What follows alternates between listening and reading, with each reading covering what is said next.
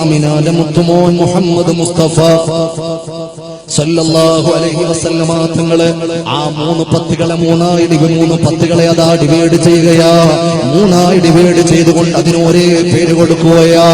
അവ്വലുഹു റഹ്മാ, അവ്വലുഹു റഹ്മാ. ആദ്യത്തെ 10 റഹ്മത്തിന്റെ പത്ത, ആദ്യത്തെ 10 കാരുണ്യത്തിന്റെ പത്ത. റമദാൻ വന്നില്ല പൊന്നുമോരെ, എന്ത് മാറ്റമാടാ. റജബ് മാസം കഴിഞ്ഞു പോയില്ലേ. മുഴുവൻ ആളുകളോടും ഞാൻ ചോദിക്കുക, എന്റെ പ്രിയപ്പെട്ട ഇത്താത്തമാരോട് ചോദിക്കുക, എന്റെ പ്രിയപ്പെട്ട ഉമ്മമാരോട് ചോദിക്കുക, എന്റെ പ്രിയപ്പെട്ട പെണ്ണന്മാരോട് ചോദിക്കുക. പെണ്ണുമോളെ, റമദാനായിട്ട് നിന്റെ വീട് നീ കഴുകാൻ തയ്യാറായിട്ടുണ്ട്. അതുപോലെ വസ്ത്രങ്ങളും മുസല്ലയും ഒക്കെ റെഡിയാക്കാനുള്ള തയ്യാറെടുപ്പില്ല. വീട്ടിലുള്ള അടിച്ചുവാരലും പ്രത്യേകമായൊരു ഒരുങ്ങിക്കൂടലും തയ്യാറെടുക്കുകയാ. റമദാനിനൊരു മത്സര പോരാട്ടം നടക്കാനതാ മുളക് പൊടിപ്പിക്കുകയാ. മത്സരം നടത്താൻ വേണ്ടിയിട്ട് മല്ലി പൊടിപ്പിക്കുകയാ.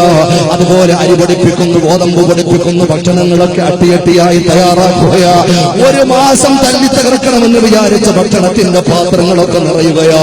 എന്റെ പ്രിയപ്പെട്ടവരെ, പല നിലയ്ക്കുള്ള തയ്യാറെടുക്കുമ്പോ ഞാൻ എന്റെ മുമ്പിനീങ്ങളോട് ചോദിക്കുക, മനസ്സുകൊണ്ട് റബ്ബേ, അല്ലാഹു അനുഗ്രഹങ്ങൾ കൊണ്ട് പെയ്തിറക്കുന്ന പുണ്യമായ റമദാനിന്റെ മുമ്പിലല്ലയോ ഈ റമദാനോടുകൂടിയെങ്കിലും എനിക്കൊരു മാറ്റം വരണം തമ്പുരാനെ. അല്ലാഹുവേ, എന്നെ നന്നാക്കി തരണയല്ല. അതുകൊണ്ട് റജബും അതാ ശഅബാനിലേക്ക് കാലെടുത്തു വെച്ചില്ലയോ. മാനസികമായൊരു തയ്യാറെടുപ്പെടുത്ത അടുത്ത ആളുകൾ എത്രയാ ഞാൻ ചോദിക്കുന്നു. വീടടിച്ചു വാരണം നല്ലതാ, വസ്ത്രം കഴുകിയിടണം നല്ലതാ, മറ്റുള്ള കാര്യങ്ങളൊക്കെ ചെയ്യണം നല്ലതാ. പക്ഷേ ഏറ്റവും ഇമ്പോർട്ടന്റ് ആയിട്ടുള്ളത് മാനസികമായിട്ടുള്ള തയ്യാറെടുപ്പല്ലേ. അല്ലാഹുവേ, റമദാനിങ്ങെത്തിയല്ലോ, റമദാനിങ്ങെത്തിയല്ലോ. സഹോദരങ്ങളെ, വിഷയമതല്ലാത്തത് കൊണ്ട് ഞാൻ വിശദീകരിക്കുന്നില്ല. ആവശ്യമെങ്കിൽ നമുക്ക് പറയാം. അതിൽ ഒന്നാമത്തെ 10 അല്ലാഹുവിന്റെ ഹബീബ് മുഹമ്മദ് മുസ്തഫ സല്ലല്ലാഹു അലൈഹി വസല്ലം തങ്ങൾ പറയുകയാ, അവ്വലുഹു റഹ്മാ. അതിലൊന്നാമത്തെ 10 റഹ്മത്തിന്റെ 10. പടച്ചവനോട് കാരുണ്യം ചോദിച്ചോ, റബ്ബിനോട് കാരുണ്യം ചോദിച്ചോ, അല്ലാഹുവിനോട് കാരുണ്യം ചോദിച്ചോ. അപ്പൊ നമ്മൾ ദുആരക്കുന്നു, അല്ലാഹുമ്മ റഹ്മനി യാ അർഹമർ റഹീമീൻ. അല്ലാഹുവേ, നിന്റെ റഹ്മത്ത് കൊണ്ട് ഞങ്ങളെ പുതിയടേ റബ്ബേ.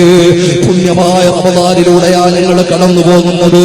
അതുകൊണ്ട് ഞങ്ങൾക്ക് റഹ്മത്ത് ചെയ്യണമെന്ന് നമ്മൾ ആത്മാർത്ഥമായി റബ്ബിന്റെ മുമ്പിൽ തേടുകയാ. ഹബീബായ പ്രവാചകൻ പറയുന്നു, അതാ രണ്ടാമത്തെ 10 ഔസതുഹു മഗ്ഫിറ.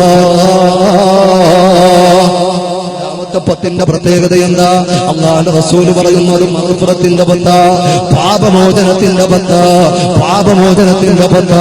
രണ്ടാമത്തെ 10 പാപമോചനം കൊണ്ട് പ്രത്യേകമായി പ്രാർത്ഥിക്കാൻ പറയുമ്പോ എല്ലാ പള്ളികളുടെ ഉള്ളുകളും എല്ലാ മനസ്സിന്റെ ഉള്ളുകളും എല്ലാ അരമനയുടെ അകത്തളങ്ങളും ഞങ്ങളെ ചിന്തിക്ക്.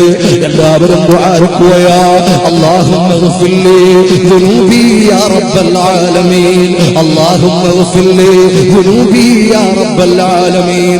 എന്റെ പ്രിയപ്പെട്ടവരെ, അവസാനത്തെ 10 ഹബീബായ പ്രവാചകർ മുഹമ്മദ് മുസ്തഫ സല്ലല്ലാഹു അലൈഹി വസല്ലമ തങ്ങൾ പറഞ്ഞത് എന്തിനു വേണ്ടിയിട്ടാ?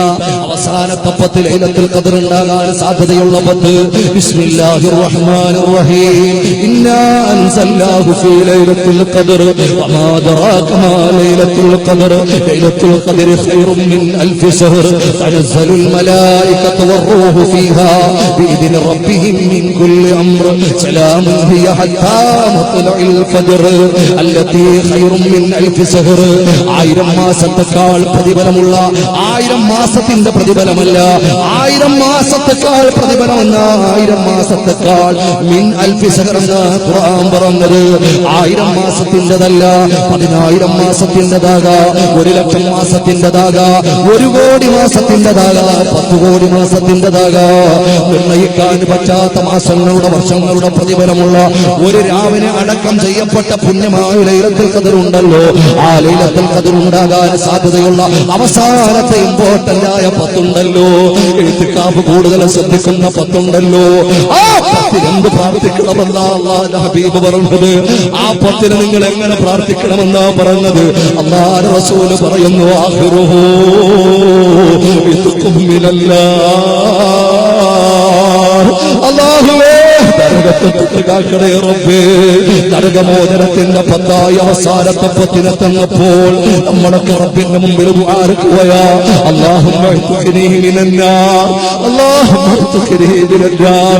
പടച്ചവരേ, നരകമോചനം തരണേ റബ്ബേ, നരകമോചനം തരണേ അല്ലാഹ്. മുഅ്മിനീങ്ങളെ ചിന്തിച്ചു നോക്കുമ്പോൾ ഉണ്ടായ അവസാനത്തെ പത്തിലും അല്ലാഹുവിന്റെ റസൂൽ പഠിപ്പിക്കുന്നത് നരകത്തെ തൊട്ട് കാവലിനെ തേടണേ എന്നാ.